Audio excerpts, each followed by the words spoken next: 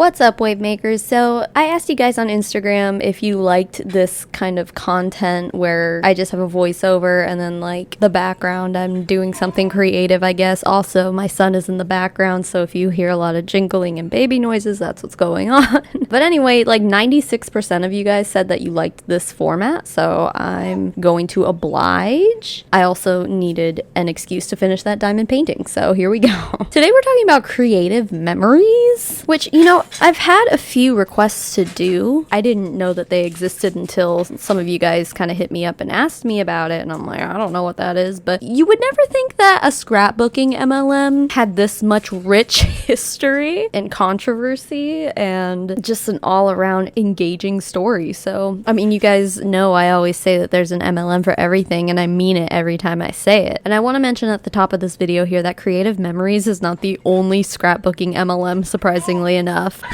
I know, it's shocking. Stamping Up is another one to watch out for, as well as Close to My Heart, but we're not going to talk about those ones today. I just want you to be aware that there's more than one scrapbooking MLM. We don't see many people who are into scrapbooking much anymore, and a lot of that is probably contributed to how digital everything is in the year of our Lord 2021. Oh my god, Griffin's going crazy, I'm sorry. And I'm definitely not here to shit on scrapbooking. I've done it before, I've had a lot of fun with it. Every time T-Mobile Tuesday comes out with those free prints from Walgreens, I take advantage of that and I print out photos of my kids with the expectation that I'll want to throw them all into a scrapbook one day. I've compiled a whole lot of them and I still haven't actually made a scrapbook out of them, so maybe I will one day, but I probably won't. If I'm being totally honest with myself, ain't nobody got time for that. Nah, man, some people do have time for that, and I think we can all admit, well, maybe not all of us, but scrapbooking is a fun and creative way to spend your time, especially if you're not super tech savvy. But let's be totally honest here. There's a certain generation that's more into scrapbooking than others right now. It's the old folks. I'm not saying young people who scrapbook regularly don't exist, but we'd be kidding ourselves if we said young scrapbookers make up a majority. They simply do not. And this is my first problem with a scrapbooking MLM merely existing. Anyway, before we get into Creative Memories specific history, let's talk about the history of scrapbooking. And I know that topic of conversation sounds like a snooze fest, but trust me, there's some relevant information here. In the 1980s, scrapbooking was turning into more than just a classic American hobby, thanks to Mary Ellen Wadley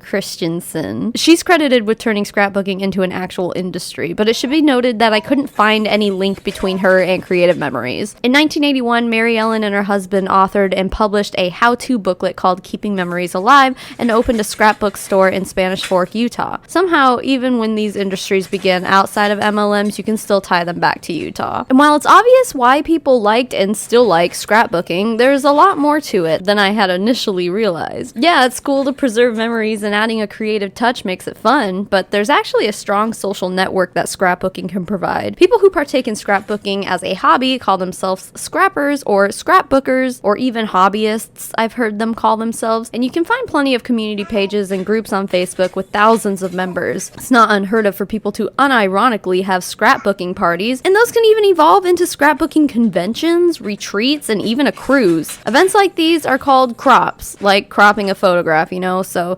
scrappers would gather to attend a crop. Anyway, I think this is important because we all always like to talk about how MLMs create a community for many people. A lot of them aren't necessarily very specific. Like, for example, Monate's customer base is to anyone with hair or who wants to regrow hair. PSA here, Monate won't regrow the hair that you've lost, but I digress. So that kind of community in big MLMs like that are kind of just like a community of boss babes, you know? But Creative Memories fills a very specific niche in the MLM world with the tight-knit community you see in a hobby, such as scrapbooking. It really creates an opportunity to get together, set up an MLM pitch disguised as a crop, and bada bing, bada boom, you're selling design-printed cardstock and wacky scissors to every bored woman in your church. The Keeping Memories Alive store created an opportunity for other crafting businesses, including Creative Memories, to pop up and establish the scrapbooking industry even further. Now, the history of Creative Memories actually goes back pretty far, and it's been around for a long time. Its original parent company was called the Antioch Bookplate Company, we'll call it ABC, which was established in 1926 by Ernest Morgan. Back in its day, it was a very successful company that had retail stores in all 48 continental United States by 1934. Throughout the years, ABC essentially monopolized, acquiring many of their competitors. They sold book plates, obviously, but also bookmarks, children's books, and other paper-type products. In 1970, Ernest Morgan retired and Lee Morgan, his son, took over as president. Shortly after, sales exceeded $1 million, and and this was back in the 70s, so you know that they were doing well with that amount of money. In 1981, ABC changed its name to Antioch Publishing Company as sales continued to grow at a rapid pace and scrapbooking specifically was becoming more popular. In 1985, the company reached perhaps their most significant turning point when it acquired Hole's Webway Company, which was a Minnesota-based producer of photo albums that had fallen upon financial struggles. Antioch Publishing Company took this as an opportunity to get into the photo album business, and as soon as that was established, they were able to create their most successful sales division ever. And alas, in 1987, Creative Memories was born. And in the coming years, it would expand internationally into Australia, Taiwan, New Zealand, Japan, and Germany. By 1997, it's reported that the company was making $1 million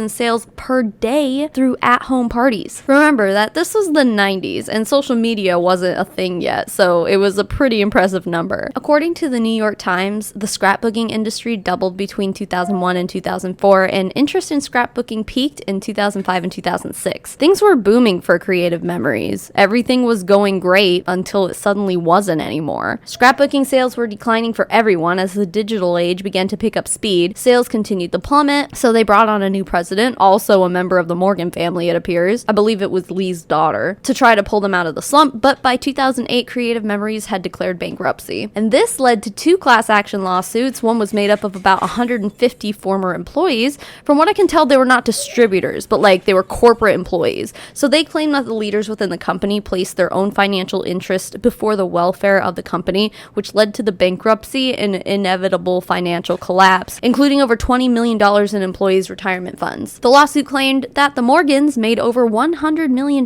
from the decisions that led to their employees to lose out on their jobs as well as their retirement funds. A lawsuit was also filed against a law firm, Chicago-based McDermott, Will and Emery, for being the legal advice team that encouraged the Morgans to make such decisions. So basically, from how I understand it, the company went full ESOP, or Employee Stock Ownership Plan, in 2003. The company that insured those ESOP notes went bankrupt in 2007. The original complaint claims that the decision was made with a conflict of interest and to avoid taxes while maintaining control of the company, while also giving financial incentives to employees to cash in their stock, which eventually led to the bankruptcy. Unfortunately, the district court judge who was overseeing this case dismissed it. The Morgans took the position that they were just as much victims as everyone else because they opted into the trust based on their own holdings. That's a bunch of stuff that little old me doesn't understand. Honestly, it's a bunch of legal mumbo jumbo that makes my brain spin, but I've left links down below for anyone who wants to read up on all of this for themselves. The lawyers representing the Morgans legal team say that the company failed because of the market crash in 2008 and followed the regular life cycle of any other business. Also, that the people who lost their retirement funds basically should have known better because they were betting on an investment that didn't work out, which, I mean, that's kind of fair, but when it comes to retirement, ESOPs might be someone's only option, and it honestly just really sucks for those people. In 2013, Creative Memories filed for bankruptcy again and re-emerged as a new MLM company called Ani and Zoe by Creative Memories, and then closed again in 2014. So with this kind of odd chain of events that led to an inevitable closure, why are we talking about Creative Memories now? Well, in 2014, Creative Memories freaking reopened, but honestly, it opened under much better terms. It was acquired by the current CEO, Caleb Hayhoe. Don't laugh at his name. Don't! Alongside Mr. Hayhoe, we have Mark LaRude? Not sure, who was formerly the VP of Ani and Zoe, and he took over as president. They admit that the company had many shortfallings in the past, but they insist that they're unencumbered by any of those past issues. You may want to ask yourself why these guys felt the need to acquire Creative Memories instead of just starting fresh with a whole new business. Well, LaRude is quoted as saying the following: "It's tricky because we're still using the Creative Memories name, which has value and was big among the assets that Hayhoe bought. People know what it is, and the products are good quality. Some of the people impacted by the difficulties in the past might confuse us, but we're free to make our own way as a new business." And you know what's also kind of extraordinary to me? On their About Us page on their website, they actually kind of own up to their past shit, which most MLMs would sweep this under the rug, but their own website literally says the following: "Employing more than 1,100 people at its peak in 2009, the company found itself struggling to survive due to mismanagement. By 2013, it was reduced to fewer than 100 employees. Facing bankruptcy and closure, people started buying up their favorite products, fearing they would never have the chance to purchase high-quality albums, papers, and tools again. Blog chatter was loud, and customers were concerned. Okay, it's obviously been put into simpler terms, but at least they're not trying to hide it. As far as kind of making it their own new business, it seems as though they've really lived up to that. Look, guys, I can confidently say that Creative Memories in 2021 is easily the least problematic MLM I've covered. That is a sentence I never thought I'd say out loud. It's almost to the point where I wouldn't really consider it to be an MLM anymore. Make no mistake, it absolutely was a full-fledged MLM prior to 2014, but their entire compensation plan has been revamped to be, I can't believe I'm saying this, but not really even that predatory. On Creative Memories' website, they offer a document that goes through all of the changes the compensation plan has gone through under new ownership. To really understand these changes, let me first introduce you to their new compensation plan. Here it is.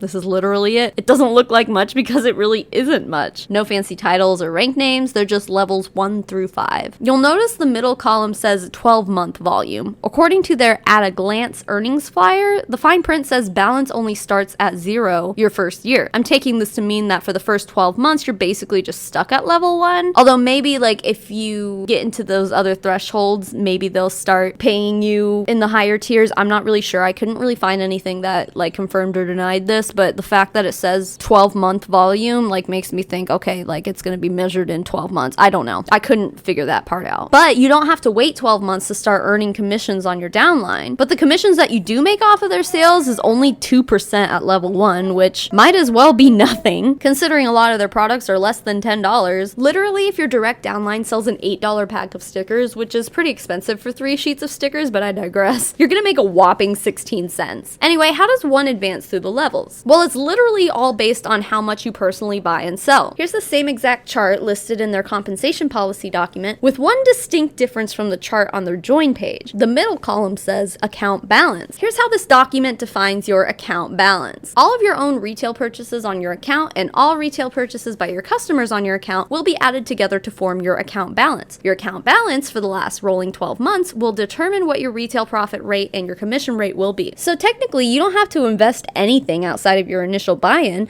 an annual renewal fee, which I'll discuss in a minute. You could straight up run around and make sales pretty much however you want and never buy anything for yourself and still rank up. But perhaps most importantly is that you can reach the top level in Creative Memories without recruiting a single person. That's absolutely unheard of, and that's also why I say that Creative Memories might as well not even be considered an MLM anymore. The recruitment deal basically just serves as an income expander, if you will. But from what I'm gathering, that commission rate only applies to people you have personally recruited under you. So if you go recruit Brenda and she recruits Karen, you're not getting a percentage of Karen's sales. Only Brenda does. And you get a commission from Brenda's sales, but your upline Kelly doesn't get anything from Brenda. So yeah, you potentially can make more money if you recruit people, but you're not going to be making a substantial amount of money at all off the work they put in. You personally have to sell a shitload of scrapbooking products to even be able to get 8% commission off of what Brenda is selling, but by then you're making 40% from your retail sales. According to the FTC, an MLM becomes a pyramid scheme when someone makes more money off of recruiting people than they do actual product sales. The opportunity for this to happen is much more difficult to achieve in Creative Memories than any other MLM I've seen by far. There obviously is an opportunity to engage in rank buying here, of course, because your personal purchases contribute to your account balance. So if you've sold $500 over the past 11 months, you could feasibly make a $51 purchase for yourself to push yourself into that second rank where you'd receive a 25% commission on retail sales instead of that initial 10%. So while I wouldn't say that's necessarily a predatory characteristic, it could still result in a distributor buying more product than they need, resulting in inventory loading. Although I don't see this as something that is likely to happen very often. And they also have a sort of rebate program based on the sales of you and your direct downline, where Creative Memories will give you $100 in an account credit for every $2,000 in sales your group makes in a calendar month. That's an account credit that you can use to buy more product, but you can't cash it out. So even then, you're not going to use those account credits to go get a pedicure and then post about how Creative Memories paid for it like the Huns often like to do. This, to me, makes it genuinely more about the product. People who are distributors for Creative Memories genuinely have to like the product, want to be part of it, and that's also something that MLMs don't regularly do. Of course, you have to have an initial buy-in investment, right? So to sign up for Creative Memories, you must make an initial payment of $49, and instead of like a starter kit that most MLMs would give you, that $49 initial payment gets you a $50 product credit to use on whatever you want. So like you kind of get a free dollar in a roundabout way. You have to make that $49 payment annually to stay active with the company. My understanding is that you only get the $50 product credit for your initial buy-in. I think I can say we all understand the basics of the compensation plan at this point, right? It's extremely uncomplicated. So let's see what all has changed since Creative Memories relaunched. Old Creative Memories gave consultants up to 30% in personal sales. Now you can get up to 40%, although it's still pretty unlikely that you're gonna make enough sales to get to that rank. I can imagine that most distributors stay at that 10% rank, possibly 25%. They don't have a formal income disclosure statement though, so I can't know for sure. Now it seems like the rebate program is more straightforward too, and you also have two ways to achieve that $100 rebate now. So here's what made me go, huh?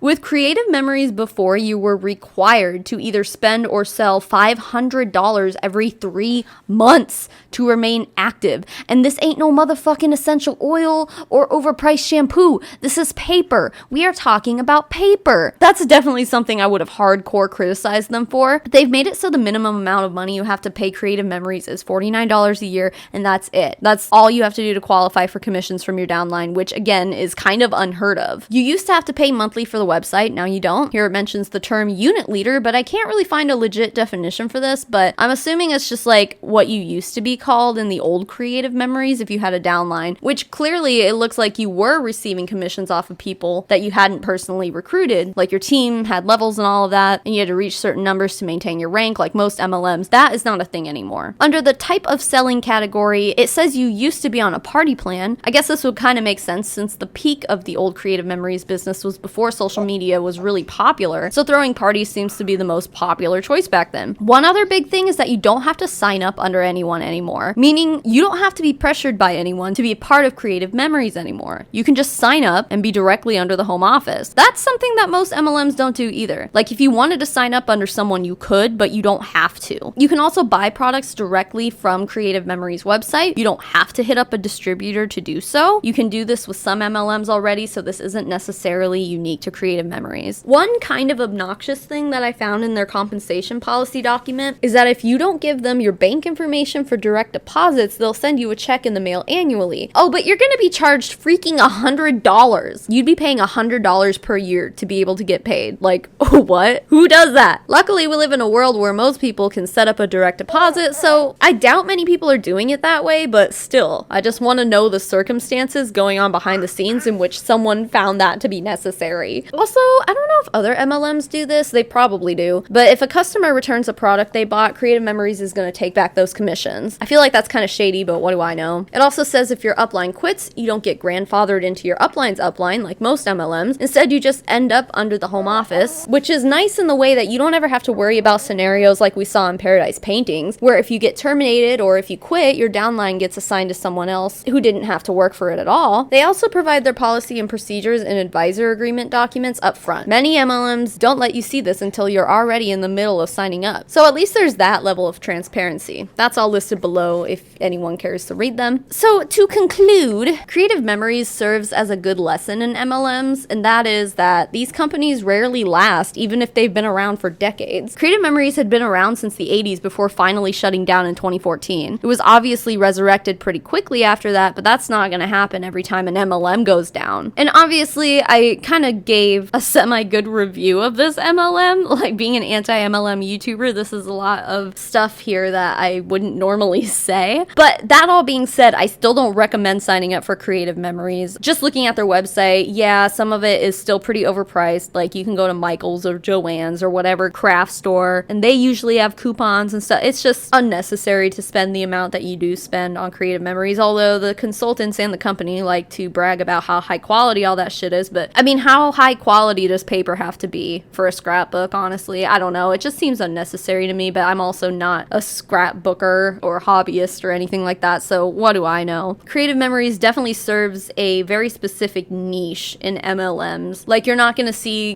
girls straight out of high school be preyed on to join Creative Memories often. I mean, I feel like you kind of have to already have the scrapbooking bug to even want to be involved. And even then, I mean, $50 investment really isn't much in the grand scheme of things with MLMs. That being said, it's still $50. And there are some videos on their website and their YouTube channel of people like, yeah, I made this my business. This is my business now. This is my job. And it's just very unlikely that you're ever going to make it to that level 5. Like, I think it said you have to have $15,000 or more in sales to be able to get to level 5. And that's when you get like the 40% commissions. And then you also make 8% off of your downline, which again is made up of people that you recruit specifically and nobody else. So I don't know. I don't think that the income opportunity is really there anymore as far as like replacing your current income and like quitting your job and being a hashtag boss babe and living a lavish lifestyle. Like, I don't really see that being a thing in Creative Memories anymore. I will admit that maybe Creative Memories is perhaps the least predatory and gross and manipulative MLM out there that I know of anyway.